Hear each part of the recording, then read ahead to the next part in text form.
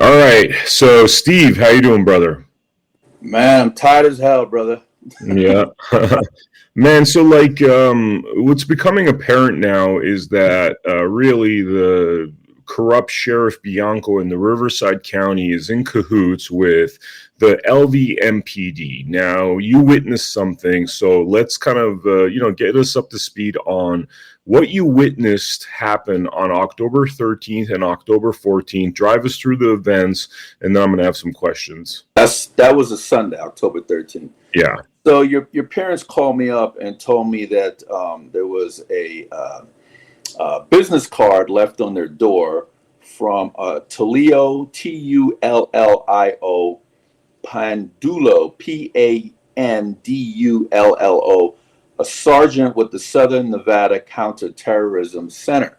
Mm-hmm. And they wanted to know if they should call or if they wanted me to call, but they wanted you to find out. They wanted you to know about it and make that recommendation.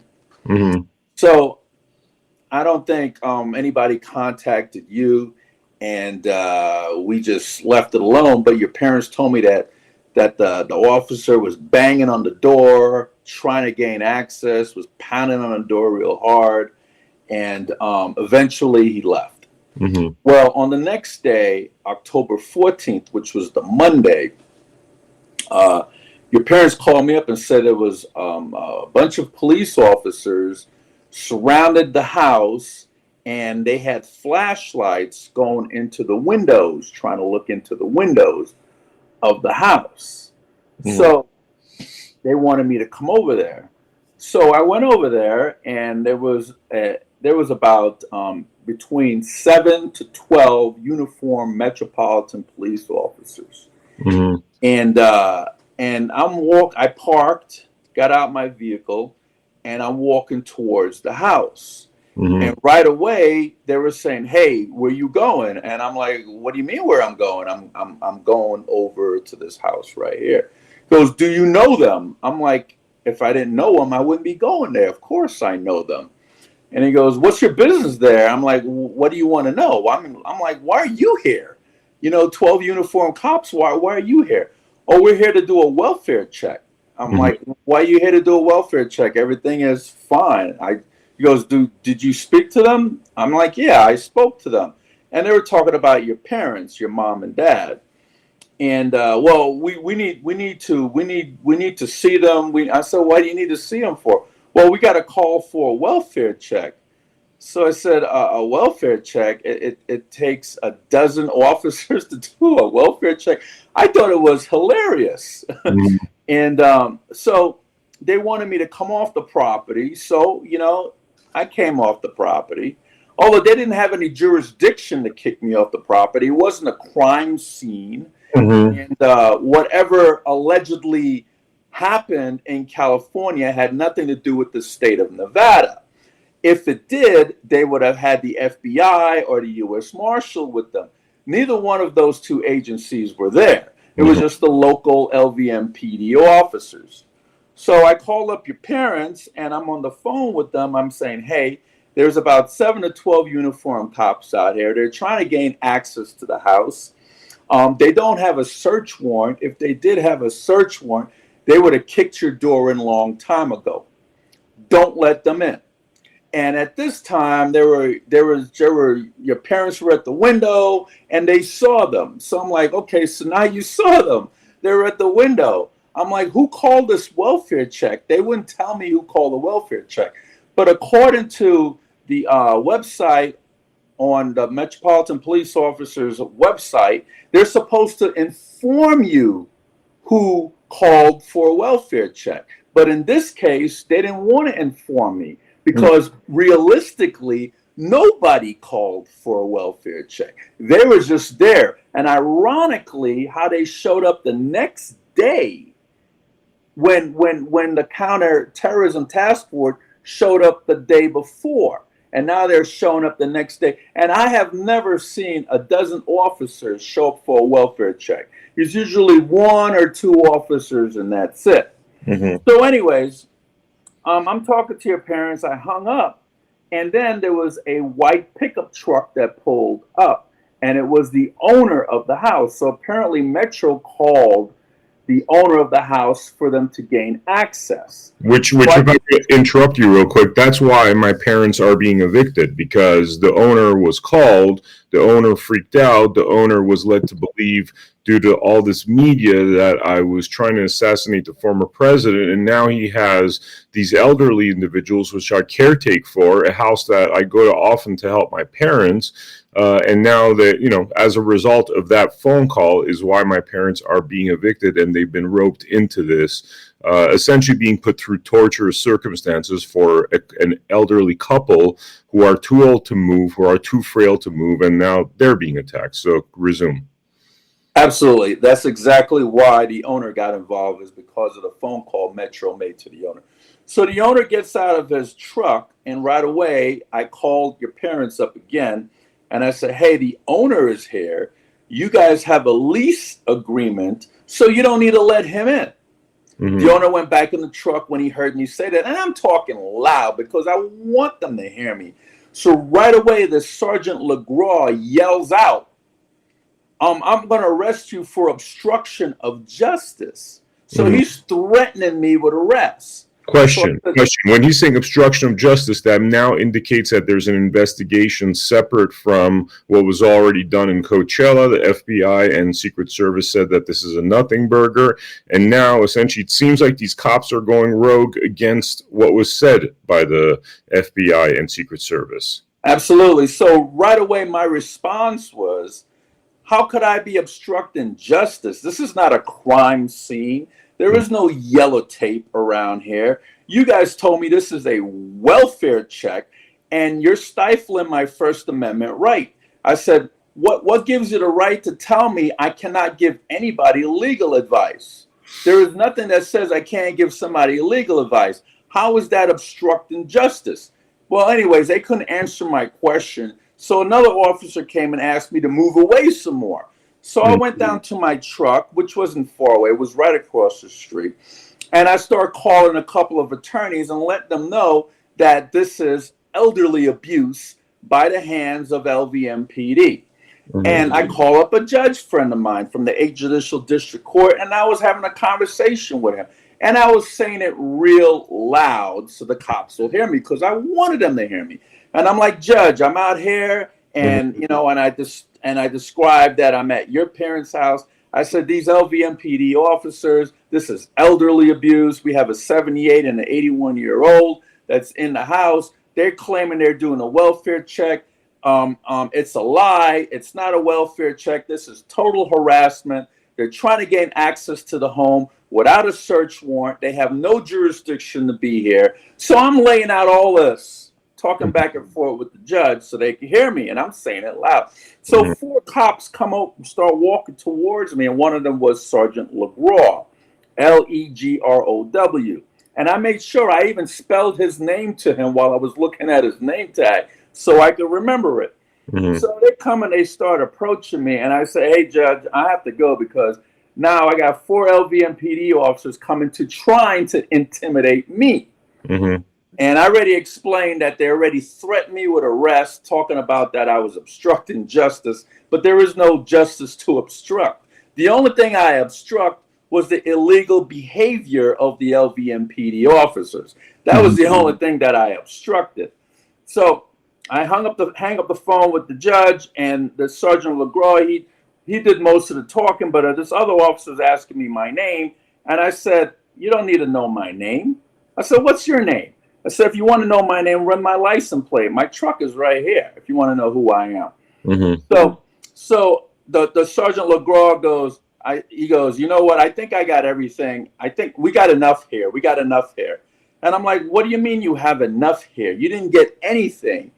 All you've done was intimidate these elderly folks. That's elderly abuse. You threatened me with arrest for nothing, making up this dummy charge about obstruction of justice. And you're saying you're here for a welfare check, but you won't even tell me who called for a welfare check. And according to your website, you're supposed to tell the person who's calling for a welfare check. Whoever calls for a welfare check is not a secret.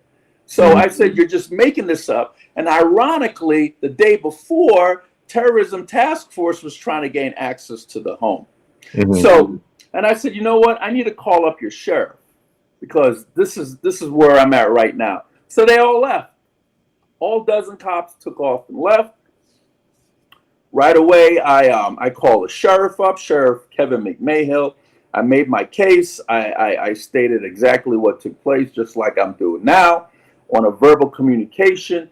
He text messages back to me, and he said that he has escalated the situation to his chief. And I said, well, the parents are now scared of law enforcement. And he said, I'm sorry that they are scared. And then he said that the officers will not be at that home anymore. And that's where it was. So let me ask you, like, we've talked about this, and we've talked about how, well, let's go to you trying to now, you file a report, you're trying to get a copy of the report, and what happens? Give me the dates on what happens as you file the report and then try to chase up on the report, which I've already published, by the way, the report that you submitted. What happened there? So October 15th, which was Tuesday, I contacted your parents. I said we need to file an IA report with Metro, which is Internal Affairs. And I went and picked them up. We head down to Metro substation on Metro headquarters on Martin Luther King. I contacted the sheriff by text. I said, hey, we're going to go down to Metro and file an IA report. Where do I go? Because I didn't want any kind of hangups. He told me exactly where to go. I went down there, and detectives were waiting for me. We went in there, and we filed 3 separate complaints and explained everything that happened that I witnessed. Your mother explained everything that she witnessed. Your father explained everything he witnessed. And we took copies of it, and as we were leaving, after I was driving away, I noticed that there was no incident number on there. Try to contact Metro. I call up that the detective that handles Metro's internal affairs, and I try to contact him several times, but he never contacted me back. He never returned any of my phone calls. And his name is Sergeant. Oh, he's with the LVMP Internal Affairs, Bryce Martin, Martine. And he never contacted me back, and I left 3 separate messages. In fact, I left another one yesterday, and I never got anything back. And all I wanted was the incident report number. So I never got that. We also filed a complaint with the Citizens Review Board. And according to the director of the Citizens Review Board, when there are more than one person that file a complaint about the same exact thing, the complaint is a lot more powerful. So let's see what they do with their investigation as well. But I still need to get the body cameras from that Sergeant LeGraw. I'm planning to do a Freedom of Information Act to see if I could get those body cameras.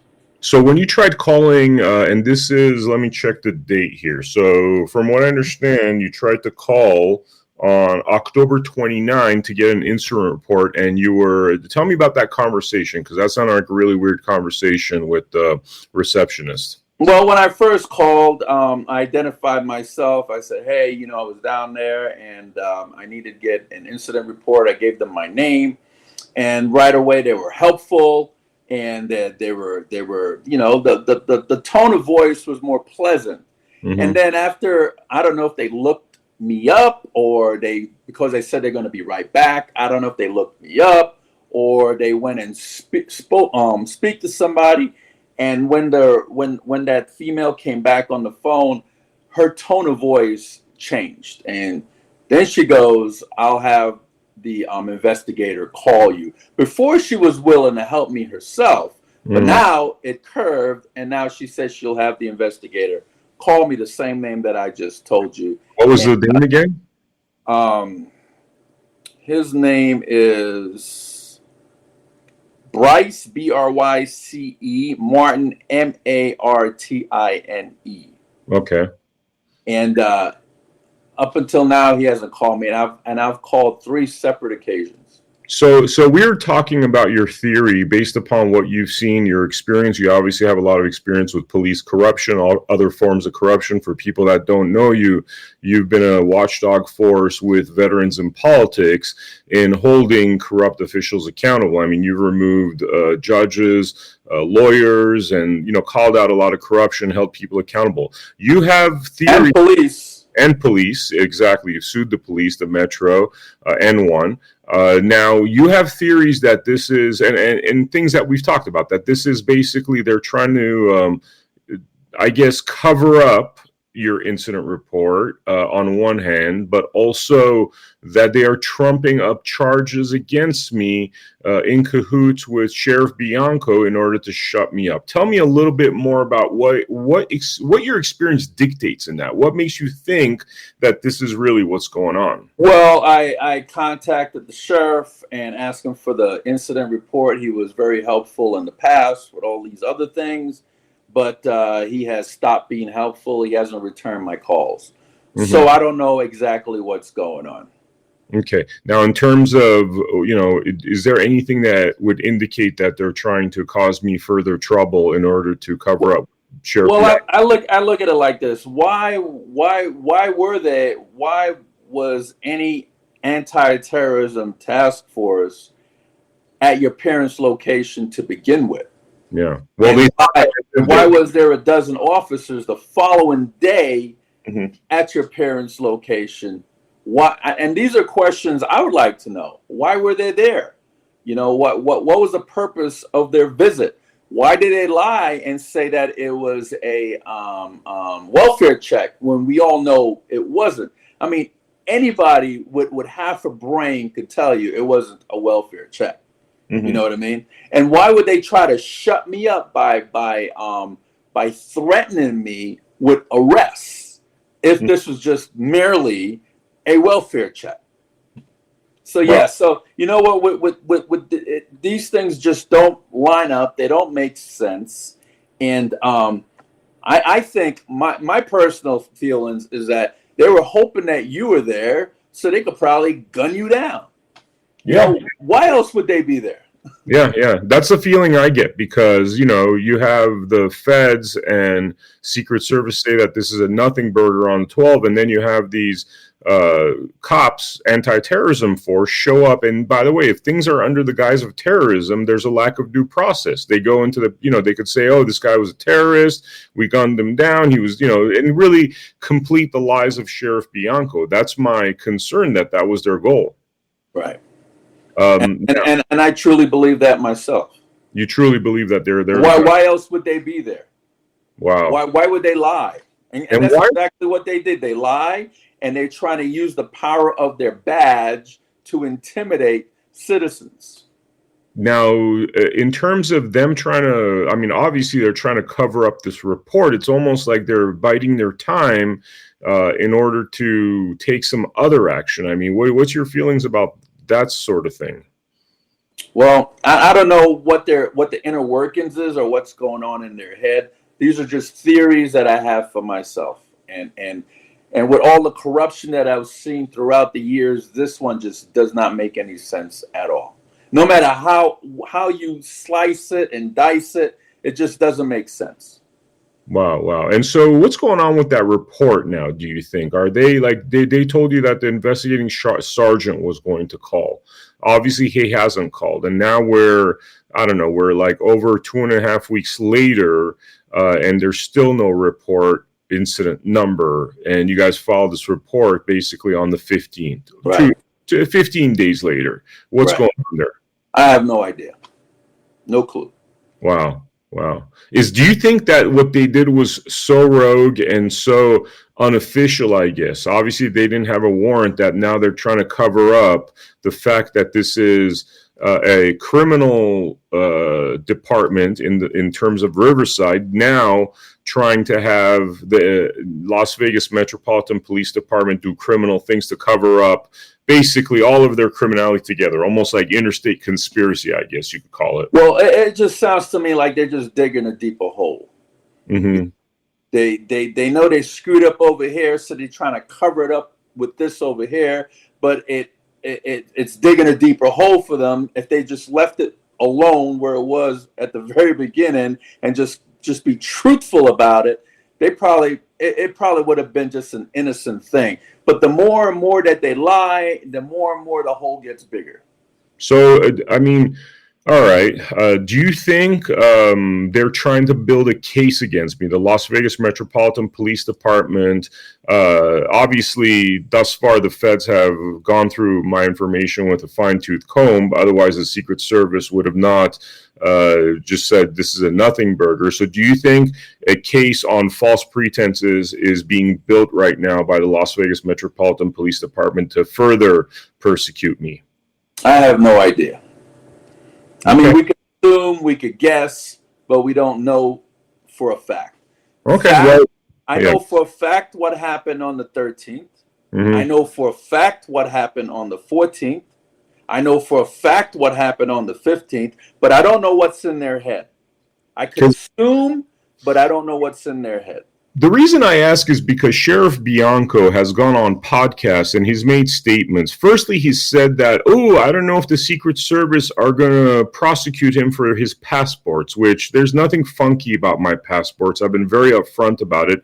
I have 2 passports, one Canadian, one U.S. The Canadian one is under my birth certificate name, and the U.S. one, because I was traveling to foreign territories where an Armenian last name would get you killed, and I was an investigative journalist going to war zones, I changed it to a completely non-Armenian last name. But Sheriff Bianco keeps sending the message that via podcasts, via emails, that the Secret Service might prosecute me for my passport. Lately, he's changed that to now the Las Vegas Metropolitan Police Department might prosecute me for the passport, which doesn't make sense because that falls under the federal purview. But then he said things like, they might come after him for his registration or his license and things like that, which to me indicate that, why is he saying that if he's not talking to somebody else? And how many people have issues with Department of Motor Vehicles?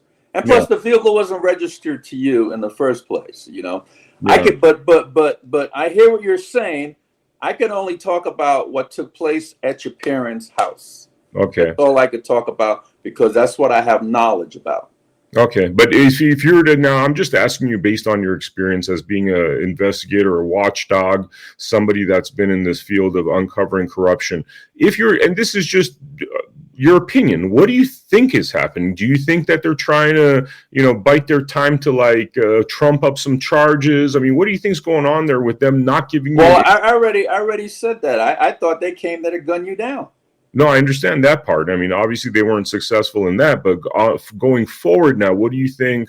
What tricks do they have in their bag, or do they have tricks? Are we being paranoid? I mean, you tell me. I think that they are thinking about what to do next. Okay. They're just buying time. They're buying time by avoiding giving you an incident number on something that you filed, which seemed like a very conspicuous event that Sheriff McMahill first said that he's going to launch an investigation, and then he's gone quiet on you. Exactly. Wow. What do you think's happening with Sheriff McMahill? I think somebody got to him. And said what? What do you think? I have no idea.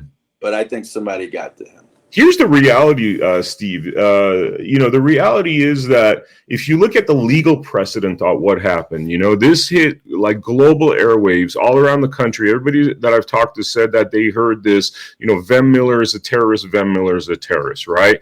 You look at the legal precedent of something like that, where you destroy somebody's life, and let's not forget, I will never be able to get a job. I will never be able to get a lease. Anytime Vem Miller appears anywhere, people are going to be not wanting to do business with that person, not wanting to have that person around. And that emanates from the lies of Sheriff Bianco, his deputy, Coronado, and the Riverside Police Department, right? So I'm trying to put this together. I'm definitely seeing cops in conspiracy with one another, because now you have the state agency doing welfare checks, quote unquote, with the anti-terrorism force.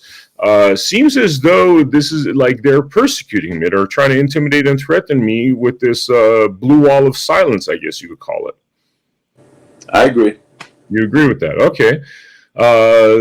It's interesting. And now we haven't been able to get any so-called authorities to actually take care of this problem. What's next? I mean, what do you do? Is that like you contact the Attorney General? The feds have been contacted, but I don't know what's going on there. What are the... Well, my suggestion to you is to contact the State Attorney General. State Attorney General, Aaron Ford. Right.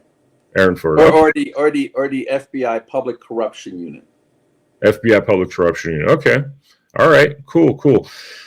So, all right. Now, do you think, do you think that these individuals are going to be held accountable now? Is that like, is this police department, I mean, are they supposed to investigate themselves? Is like a higher power supposed to investigate them? What happens there?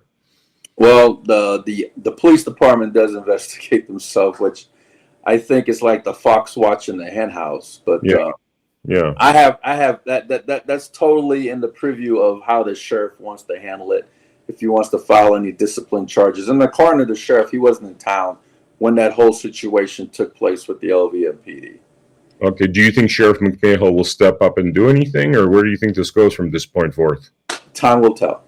Time will tell. All right, Steve. Well, you know what we're going to do for the viewers out there. Steve and I are actually going to go to the police department, and we are going to film this, potentially live streaming, but we will film it and show you what happens. And we're simply going to go in there kindly and ask them for this incident report and find out what's going on. I mean, does that sound fair game, Steve? I'll be more than happy to do that. And then the FBI, we're going to try to do a report with the FBI as well. What are the, and you said going to, speaking with the Attorney General or doing a complaint with the Attorney General's office? You could do that online. You could do that online. Okay. Matter of fact, you could also do the FBI complaint online as well. Okay. One thing I want to tell the viewers is, as I dive into this case more, here's what Bianco did, right? And this is where precedent is important. What Bianco did in internationally defaming me and destroying, my life, attacks on my parents, attacks on their name, is very similar to the Alex Jones Sandy Hook case. Are you familiar with that, Steve? A little bit. So Alex Jones lost that lawsuit, and the parents that were defamed, their lives further destroyed, and this is according to the decision, they were awarded $1.5 billion. Okay, so it would seem as though my case against Riverside being actually equal to what they say that Alex Jones did, some say potentially even worse. I mean, firstly, let me ask you, you're aware about this Alex Jones case where Alex Jones was supposed to, according to the case, was defaming the parents, causing them, really terror because, he was saying that it was all set up. I mean, do you think this is equal what happened to me, less or more? I mean, what's your opinion in terms of the severity of what Sheriff Bianco did and then the ongoing persecutions that we're seeing by, these other police officers, anti-terrorism unit going and, persecuting my parents and that sort of thing? I mean, is it equal to, less, or worse than what Alex Jones was said to have done against the Sandy Hook families? I think it's worse. So we're talking about, like, that was a $1.5 billion judgment. We're talking about a potentially higher judgment, in your opinion. Yeah, I think it's worse. So that would basically bankrupt Riverside. So it would LA County, did you file with LA County as well? I haven't filed with LA County yet, but I should file with LA County? I think you should. Okay. Doesn't LA County oversee Riverside County? I believe so. You're talking about LA County Police Department or LA? Okay. So we're talking about a case that basically pretty much bankrupts the entirety of Riverside. Absolutely. Wow. And so it would seem as though, like, it's all about money. Follow the money. That's what it is now. It is now. Okay, it would seem as though there's a lot of incentive for a Sheriff Bianco and whoever's in cahoots with him. Now seems as though the Las Vegas Metropolitan Police Department are in cahoots with them. I mean, that would cause them a lot of loss. So it seems as though it would be cheaper just to kill me off or get me on false charges, continue to prosecute me. I mean, no, it's beyond false charges. It's cheaper just to kill you. It was cheaper just to kill you. Yeah. Do you think that's part of their plan now? I have no idea. Okay, so everybody out there, just so you're aware, I think I'm being persecuted. To make it look like an accident, and anybody that tries to help you, probably including myself. Mm-hmm.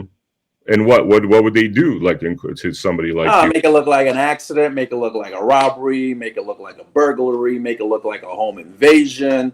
Okay. I mean, and the list is endless. Because this Sheriff Bianco has essentially created a $2 billion potential deficit for his county. He could destroy the entire county, and so it's cheaper to kill off anybody associated with that situation. Or if he faces any kind of repercussion, any type of sanctions or any type of criminal charges or any type of, you probably could sue him civilly too, and that might destroy his pension. Well, no, he's already being or any political ambitions that he might have will come to a screeching halt. Do you think those have already come to a screeching halt now that it's out there that he? I think so. Yeah, he's already. It seems as though his political career is already done. Nobody takes him seriously. He seems very Second, Amendment type. But beyond that, so you're saying that just, it's $2 billion is a lot of money. I mean, Riverside basically becomes Vem country at that point. I mean, somebody was joking and saying that this is so bad that how do they get out of this deficit? What do you think about that? Because they defamed you internationally. It's not just nationally. I mean, Great Britain, Canada. I mean, you're internationally defamed. Mm-hmm. So, wow. So this is what's going on, guys. So, this is a police state now. Like, America is no longer the land of the free. I mean, you're looking at these rogue, police officers with their secret societies or whatever they got going on, where they're communicating amongst themselves, spawning this type of situation where elderly couple is essentially harassed, intimidated by the anti-terrorism unit. Then you have complaints disappearing. Steve Sanson not getting his phone calls returned about a complaint that was filed over 2 weeks ago. Seems as though they're out there. I mean, Steve, like they're just thinking, what are we going to do next? They're probably scrambling right now at this point. And you can't even get a weapon. Is that correct? I can't even get a weapon. No, I'm having to stay with people that have weapons in order to protect myself. But no, I can't even get a weapon because. Do you have anything on your background that would prohibit you from getting a weapon? No, other than the false accusations of Sheriff Bianco, that's all that's pretty much all I got. And there you go. That's another complaint that you could file. Yeah. So, Steve, I mean, what's your feeling about this country right now? You're a Marine. You fought for this country, land of the free, home of the brave. I mean, what's your assessment of where America is right now? I think that we have some really bad people in power, and it's up to us to get rid of them. Wow. Do you think it's possible? I think anything is possible. Do you think justice will ever be served in terms of the destruction that's been inflicted by these criminal officials upon my life, first starting in Riverside and now clearly infecting Nevada, Clark County, Las Vegas Metropolitan Police Department?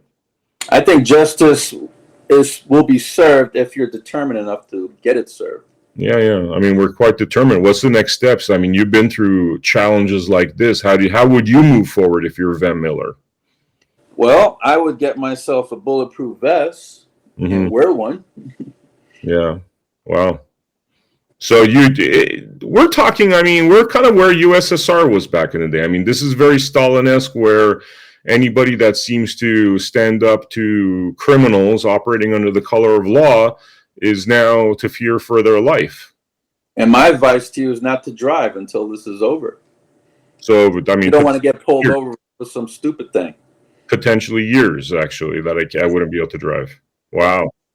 So years not be able to work, drive, not be. I mean, how do you people feel out there that this is even possible? Like, you're falsely accused, it's 100% BS, and then cops in another state become the Gestapo for the original criminal cop, and now they're trying to cover it all up because they realize that this is a $2 billion lawsuit. A lot of people could go down. Steve, let me ask you, imagine I actually got shot and killed. What happens next?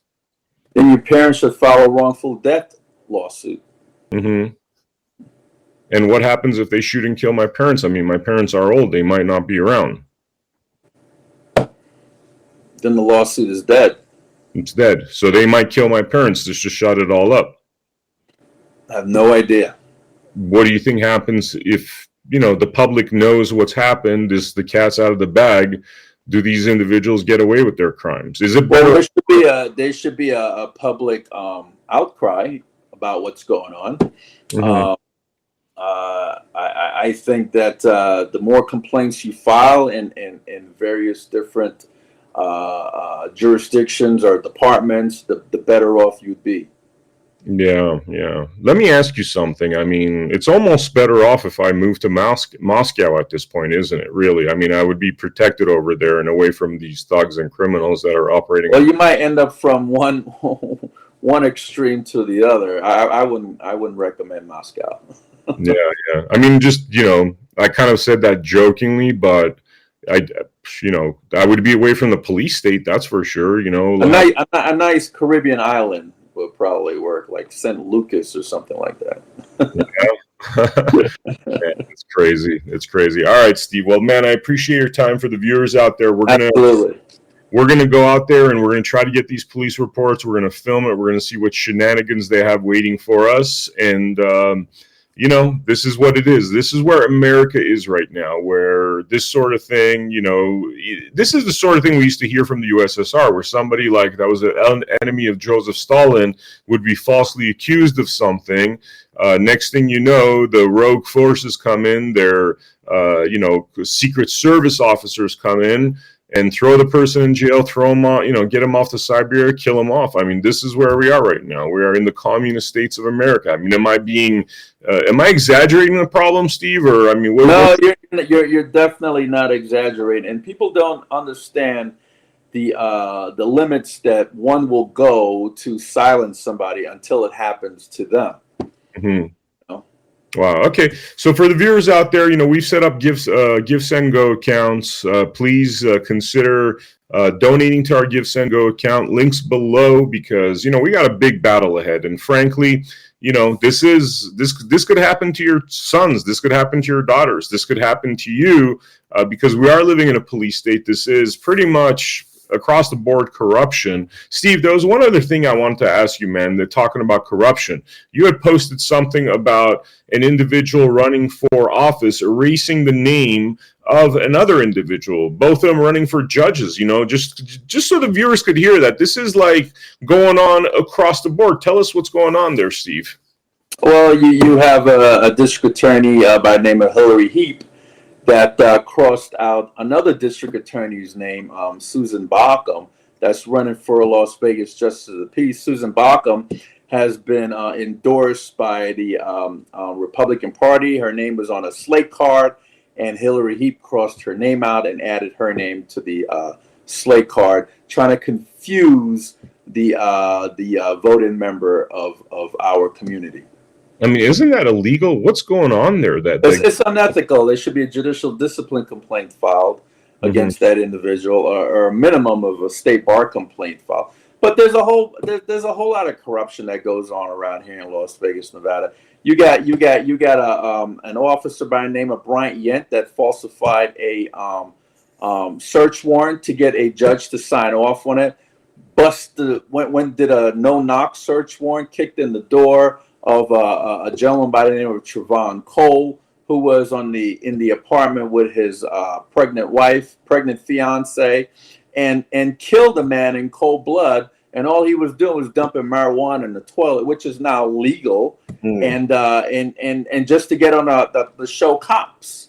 And nothing was done with him. He was never criminally prosecuted. He cost the county $1.7 million in a wrongful debt suit. And he was put on desk duty, and now he's sitting as a board member of the LVMPD. I mean, these things go on all the time. But the thing is, if you stay silent and don't do anything about it, it could happen to you. So the thing is to make sure that we try to stop these corruptions, because it's an everyday affair.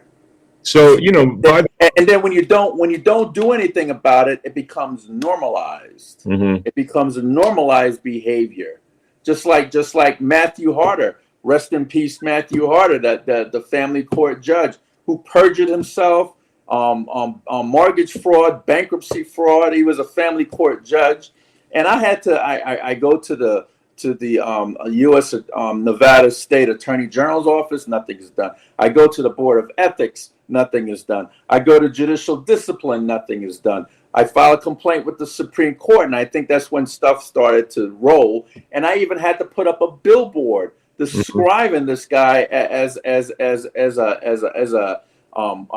fraudster, a perjurer, and put up a billboard on the Las Vegas Strip so people could see it. And then he eventually ended up killing himself. I don't know if that, because of what I did, caused him to kill himself, but you know what? Maybe it added to it. Maybe there were more problems. Maybe there were more problems than that. But these are the things that goes on. And if you don't hit the corruption in the butt, the corruption is going to come back and bite you. And if it doesn't bite you, it's going to bite somebody that you love, or somebody that you care about, or somebody that you know. And the thing about it, if we sit back as a society and turn a blind ear, or turn a blind eye and a deaf ear, these things could come back and bite us in the ass. So are you saying that Matthew Harder was never brought to justice, but he just ended up killing himself because after your relentlessness, he realized he's going to eventually be called to justice? I would say that there's a lot of truth in that. Wow. So, for the viewers out there, we've been approached by a lot of whistleblowers within the Riverside County area. There's a gentleman by the name of, for example, that I just heard his story, Samuel Flores, who was a police officer. His wife was a police officer. They were persecuted by Sheriff Bianco. 3 years later, they're still clearing up their name after having their entire lives destroyed. Many individuals like that seem to be Sheriff Bianco's victims, who runs that Riverside Police Department, basically like a thug we're hearing about. And this is the realities of how things operate. He said, very much like Matthew Harder, by the way. I believe Matthew Harder made statements, "I am God." Is that correct at one point? Yeah. He said, "I am God" in court, and very much like that, Sheriff Bianco has made similar statements. Not exactly "I am God," but pretty much, fuck around, find out is one thing he keeps saying. Another thing is that he is all-powerful, is what he said to a lot of people. All-powerful. Again, he's trying to represent himself as God, and anybody that steps in the way of his corruption, it seems as though he wants to erase, and that's where we are as a country. Steve, any closing statements you'd like to make before we wrap? Wasn't he a member of the Proud Boys at one time? He was a Proud Boys member, then he's kneeling for BLM, and then he's got multiple instances where he runs the media essentially with false charges, trying to frame somebody, and starts talking about that, like this Samuel Flores police officer and his wife ran right to the media, said a whole bunch of nasty things about him, just like, he did with me, all which are untrue. And 3 years later, this gentleman is clearing his name. I mean, he's already cleared his name in terms of what Sheriff Bianco did, but the damage is still there after what Sheriff and Bianco. Is he making over $500,000 a year being sheriff of Yeah, he's making $600,000 a year, 300 from more than the president of the United States. More than the president of the United States. And apparently the board is in cahoots with him. The DA over there is in cahoots with him. They're all working together. It's not like the DA is holding this guy accountable. They're really working together to cover up their own corruption. And then he campaigned in uniform. Campaign in uniform in a squad car on taxpayers' dime. I filed reports against him. I filed 2 against him, and 1 came back rejecting the whole thing. Wow. So I don't know. Yeah. This is the society we live in.